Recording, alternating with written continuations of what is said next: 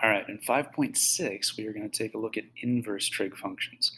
And we touched on these a little bit back at the beginning of the chapter when we used inverse trig functions to solve simple trig problems. But we're going to go a little bit deeper in this section. So, first, let's just talk about some notation. Okay, so if we want to talk about inverse sine,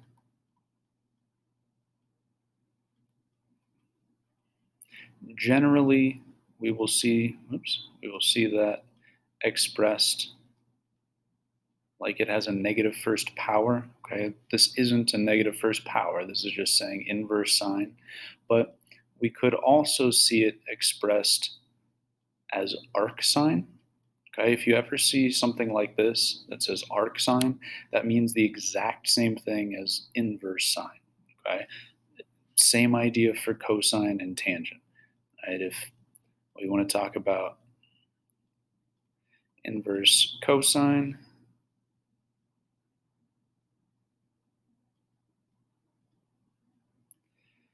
usually we'll see that expressed like this, but we could see it expressed as arc cosine. And with tangent, same idea.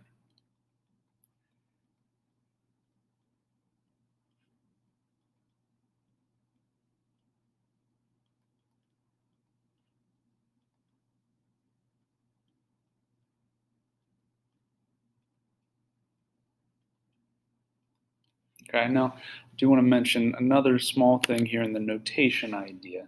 So usually, or for a lot of this chapter, we've worked with things like this, saying like the sine of pi over 3 is equal to the y coordinate at pi over 3 on the unit circle, which I believe is square root of 3 over 2, right?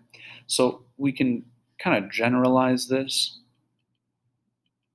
to say that this setup is a trig function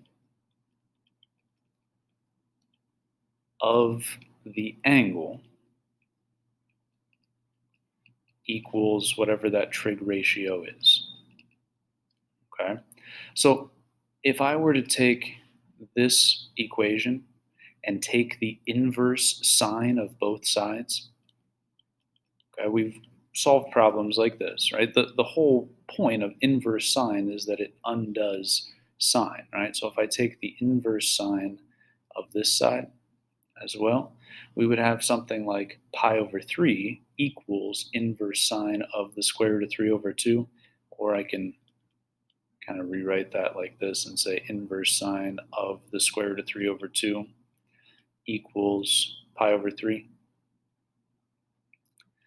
Okay, so whenever we're talking about an inverse trig function, right, we're going to be saying the inverse trig function of the ratio is equal to the angle.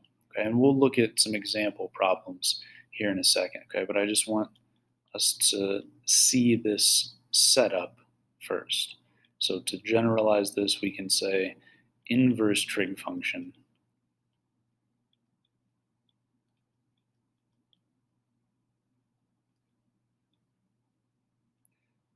of the ratio equals the angle. Okay, so let's now take a look at the graphs of our three inverse trig functions: inverse sine, inverse cosine, and inverse tangent. So let's start with inverse sine. So this is the graph of sine. Okay, this is the graph that we've studied.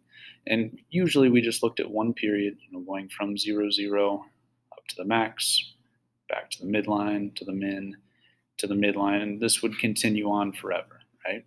So if you remember back to the first semester when we talked about inverses, one thing that we talked about is that for a function to have an inverse, it has to be 1 to 1. And 1 to 1 means it passes both the vertical line test and the horizontal line test. Now, the whole graph of sine would definitely not pass the horizontal line test, right? That means that I should be able to draw a line and only hit the graph at one point. Well, if I draw a horizontal line through sine, it's going to hit the graph in a whole bunch of points, right? So in order to take our graph inverse sine, we just take a piece of the original sine function. They chose to take, and this, when I say they, I mean mathematicians a very, very long time ago, and that's just been how we have done it ever since. Okay, I mean, we could theoretically take any piece that is 1 to 1. We could have taken pi over 2 to 3 pi, but they chose to take this piece from negative pi over 2 to pi over 2. Okay, this piece is 1 to 1. It passes the vertical line test and it passes the horizontal line test. So if I take this piece of the sine graph, let's first talk about the domain and range of that. I guess the domain, we just said, goes from negative pi over 2 to pi over 2. And then the range goes from negative 1 to 1.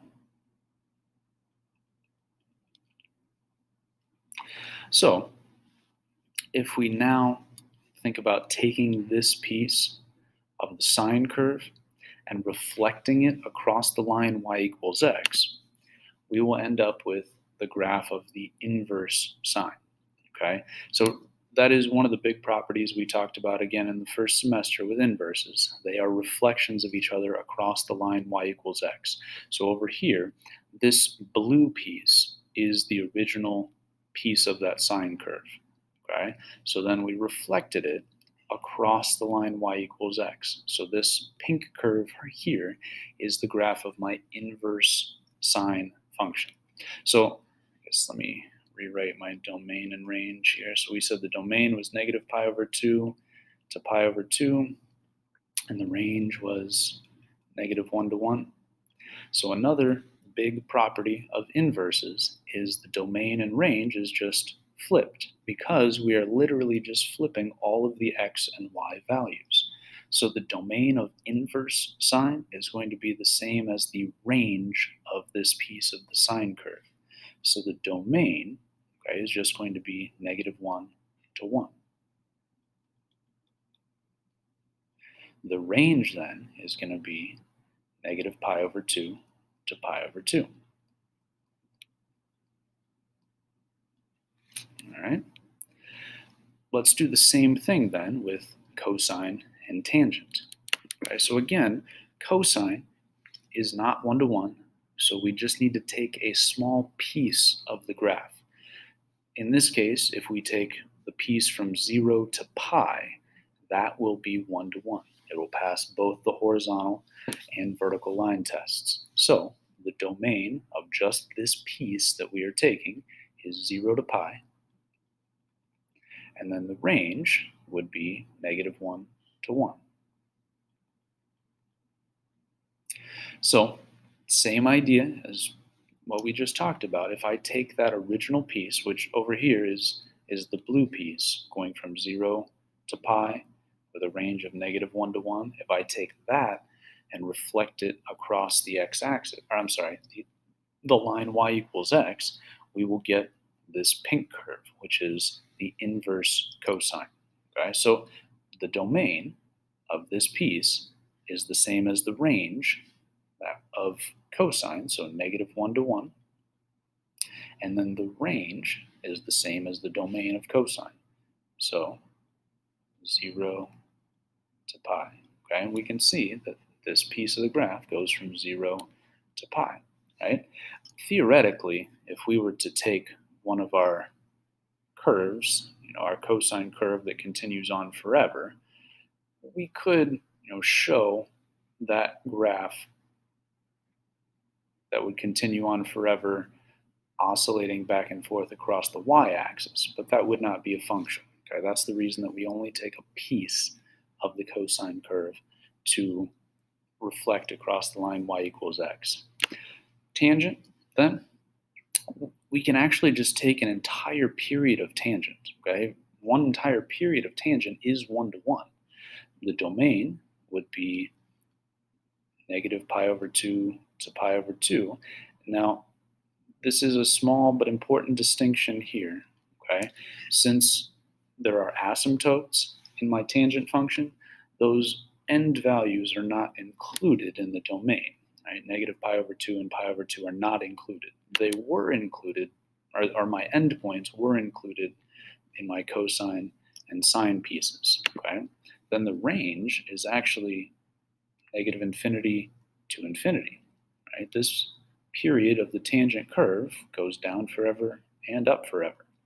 So if I were to take that and reflect across the line y equals x, I would get this pink curve that actually goes on forever in both directions for the x's. The domain ends up being negative infinity to positive infinity, and then the range, negative pi over 2 to pi over 2. Okay, so that is graphically what our inverse functions look like in their domains and ranges. Okay, so now let's try to use those ideas to solve some problems. So on the back of your paper, okay, it asks first just to evaluate 8 different things. So the first couple are just inverse sine of a few values. Well, we just said that inverse sine only goes from negative pi over 2 to pi over 2. That means that in terms of the unit circle, and we do definitely want to use the unit circle for problems like this, okay, we're only looking at this half of the unit circle, from negative pi over 2 to pi over 2. Now, we do, again, need to make sure we understand that a negative angle, right, so from here to here, this is 11 pi over 6, but it's also the same as negative 1 pi over 6. Okay, so I could say that this angle is negative pi over 6, this angle is negative pi over 4, this angle is negative pi over 3, and then this angle is negative pi over 2.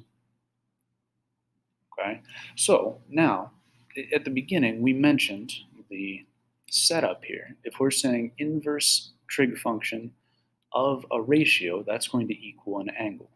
So what I want to look at is on this half of the unit circle, where does sine equal the square root of 2 over 2? Okay, so sine is the y value. So the y value equals the square root of 2 over 2 right here at pi over 4. So the answer to this first problem is just pi over 4. And I'm just looking for where on the unit circle the y value is equal to square root of 2 over 2. Now, on this one, we've got the inverse sine of negative 1/2. So again, I want to look to see where the y value is negative 1/2. And again, we're just looking at this half of the unit circle, okay? Because there are multiple places where the y value is negative 1/2. But if we restrict it to just look at negative pi over 2 to pi over 2, I can see that it occurs right here.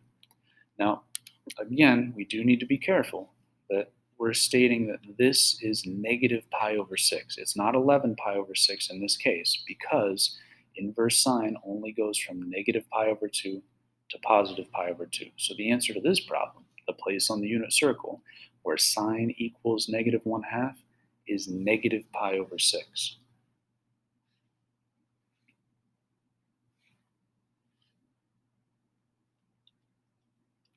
Okay, so we can do something very similar with cosine then.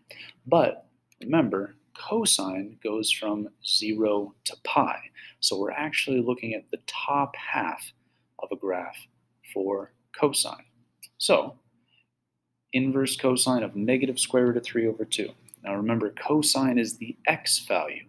So I want to see on the unit circle, or on this half of the unit circle, where the x value is negative square root of 3 over 2. And that would actually occur right here at 5 pi over 6. So this one, the answer is 5 pi over 6.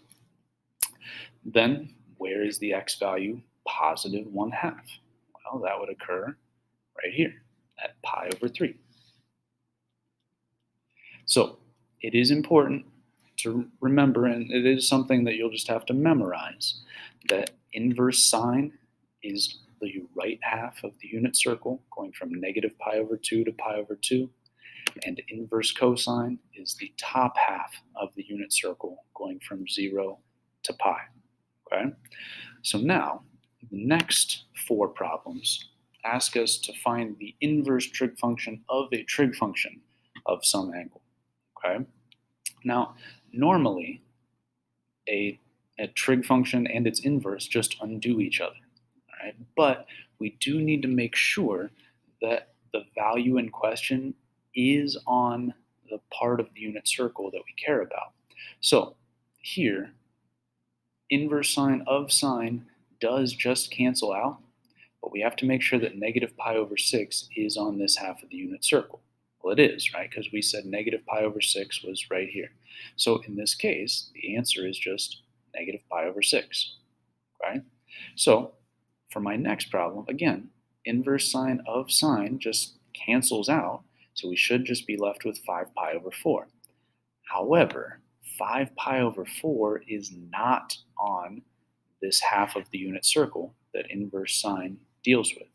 So what we need to do is find the angle that has the same y value, right?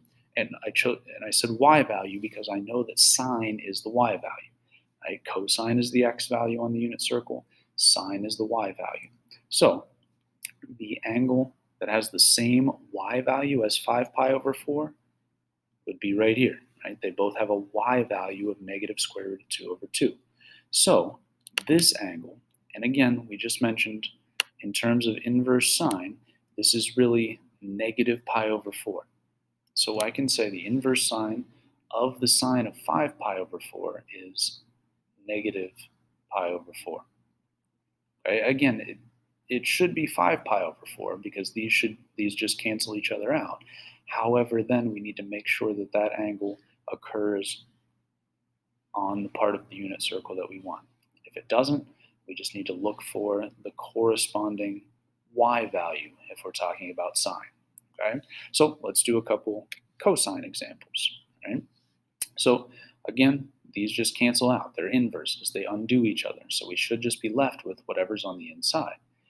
Inverse cosine of cosine cancels out, but we need to make sure that pi over 8 is on the part of the unit circle that we want.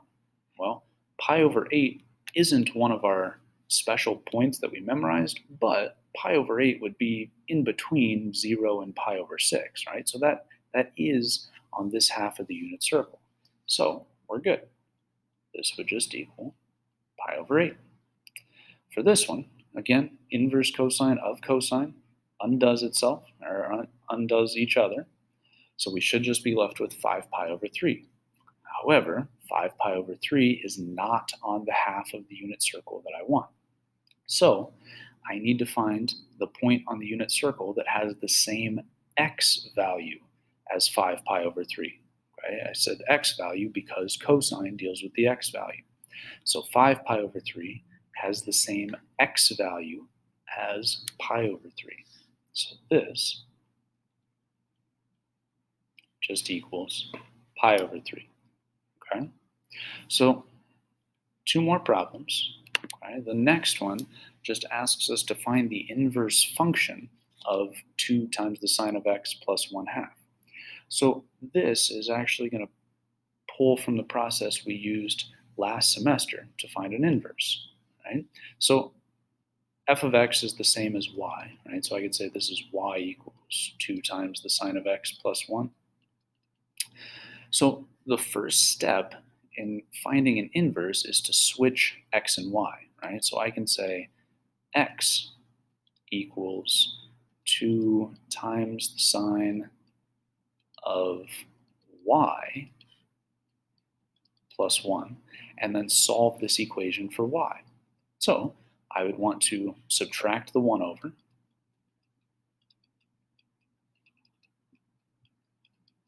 divide both sides by 2,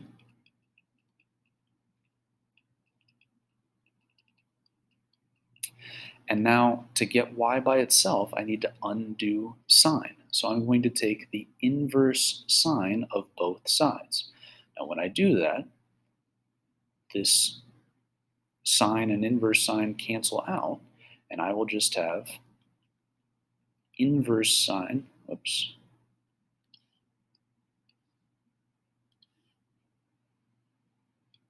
Inverse sine of x minus 1 over 2 equals y.